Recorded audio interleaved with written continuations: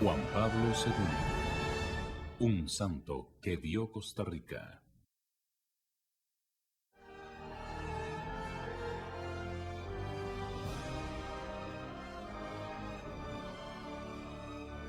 Juan Pablo II, un santo que vio Costa Rica.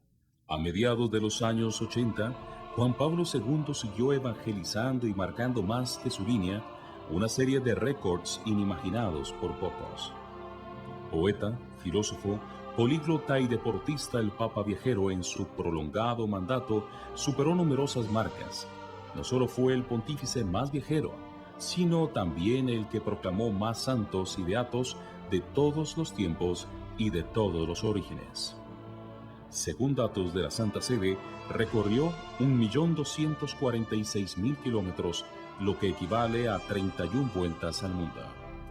Visitó 131 países y proclamó 19.000 discursos. Aunque Juan Pablo II no era muy alto en cuanto a estatura física, pues medía apenas 1,76 m, los fotógrafos lo convirtieron en un gigante desde los años iniciales de su mandato al frente de la Iglesia.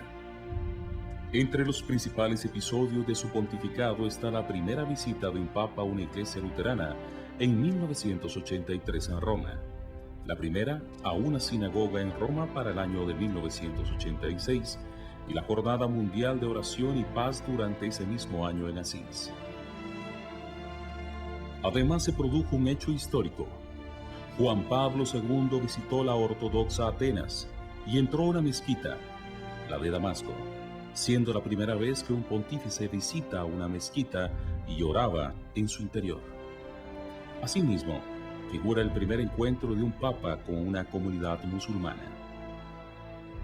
Para el Año Santo de 1983, creó las Jornadas Mundiales de la Juventud, celebradas en Roma, Buenos Aires, Santiago de Compostela, Estados Unidos, Manila, Filipinas, Toronto, París y su natal Polonia.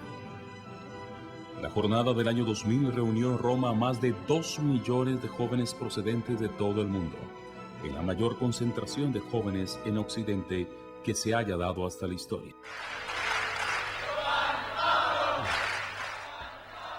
Un joven de 83 años.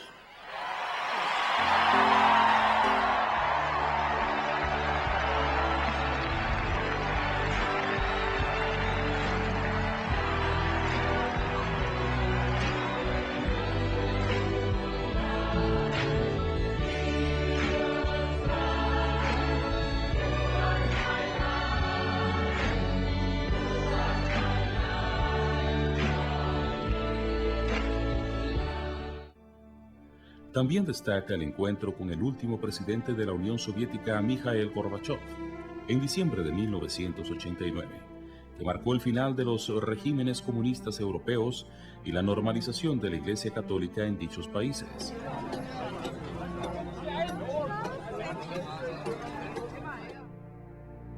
Y la visita realizada en enero de 1998 a Cuba, donde fue recibido con todos los honores por el propio presidente Fidel Castro. Aparte de sus 14 encíclicas, con Juan Pablo II se publicaron los nuevos códigos de derecho canónico latino y oriental, así como el Catecismo Universal de la Iglesia Católica. Su gran deseo era llegar al año 2000, abrir la puerta santa e introducir la Iglesia en el tercer milenio. Lo consiguió, al igual que su anhelado viaje a Tierra Santa. En la primavera del año 2000, pudo por fin visitar Tierra Santa. Visitó el Monte Nebo, donde Moisés vio la tierra prometida antes de morir, Belén, Jerusalén, Nazaret y varias localidades de Galilea.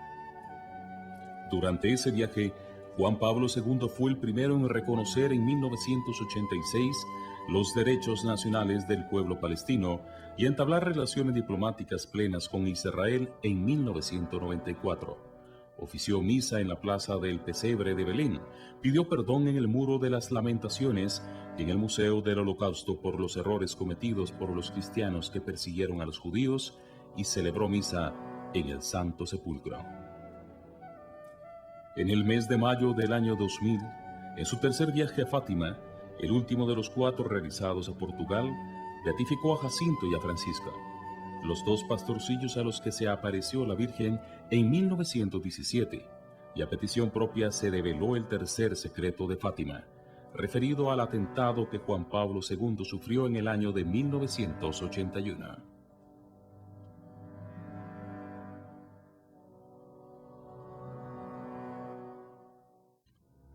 El ritmo de vida del sumo pontífice, el peso de los años y algunas secuelas dejadas tras el atentado de 1982 comenzaron a hacerse más visibles en la primera década del siglo XXI. Cuentan sus allegados que a pesar de que muchas veces sentía dolor, cansancio y poca fuerza, incluso para mantenerse en actividades, nunca desfalleció e hizo todo lo posible por cumplir los compromisos adquiridos. Come vedete è un papa un po' deficiente, ma non ancora decaduto. Aseguran que el Papa era muy preciso con su médico a la hora de explicar los síntomas, en el intento de acelerar la curación para volver a su trabajo. Otras veces, en cambio, rechazaba o retrasaba tratamientos que hubiesen frenado su actividad. En abril de 1994, resbaló y se rompió el fémur derecho la víspera de un viaje a Sicilia, al que no quería renunciar.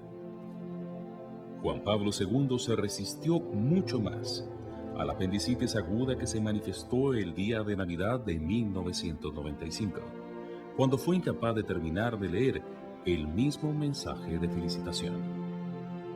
Durante meses y meses insistió en los tratamientos intentando evitar el quirófano y aceptó volver de nuevo al centro médico Gemelli el 8 de octubre, cuando físicamente ya no podía más.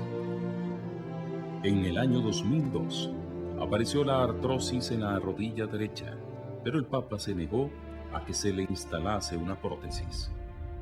Llevaba ya tiempo utilizando una plataforma móvil que le permitía desplazarse de pie descargando parte de su peso en la pierna izquierda y en los brazos.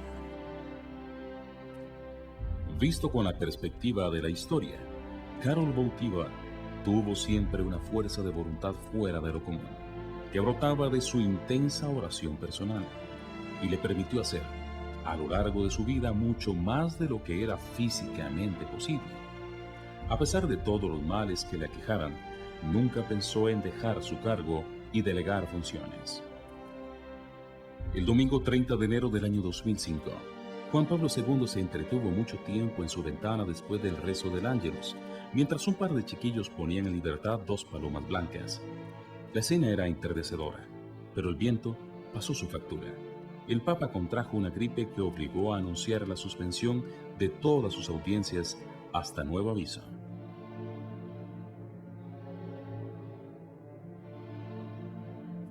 El 10 de febrero, Juan Pablo II volvió al Vaticano, pero, de nuevo, la situación era peor de lo que parecía, y el 24 de febrero se hizo necesaria otra carrera desesperada al Gemelli, esta vez para practicar una traqueotomía, imprescindible para que pudiese seguir respirando. El 13 de marzo, el Papa regresaba al Vaticano, quizá con la decisión ya tomada de no volver a abandonar su casa ni la cercanía de la tumba de Pedro. En su relato de los últimos días, el doctor Busonetti escribe que el 31 de marzo, poco después de las 11 del Santo Padre, que se había trasladado a la capilla para celebrar la misa, sufrió una violenta sacudida de escalofríos, a la que siguió un fuerte aumento de temperatura, hasta los 39,6 grados.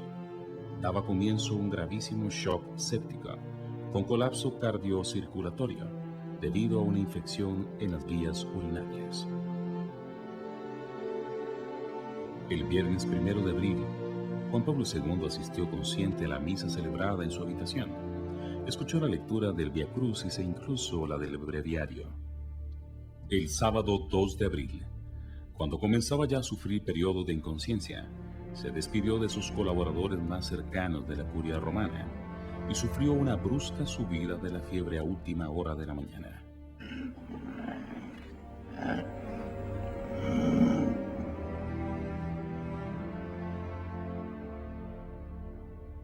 Papa lucido? extraordinariamente sereno, con la logica relativa a difficoltà di respirare prima di notte. Pero pocos minutos después, Karol Józef Wojtyła, Lolek para sus seres cercanos, Juan Pablo el Grande para la humanidad, cerró sus ojos y murió.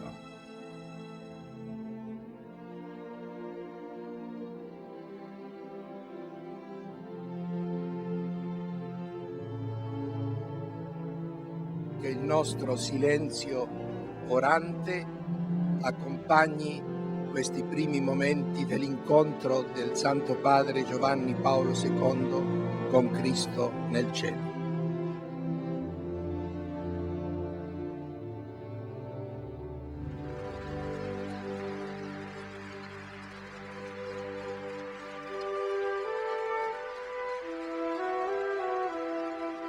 Io spero nel Signore, l'anima mia spera nella sua parola. L'anima mia attende il Signore più che le sentinelle l'aurora. L'eterno riposo dona a Lui, o Signore, e splenda a Lui la luce perpetua, riposi in pace. Amen.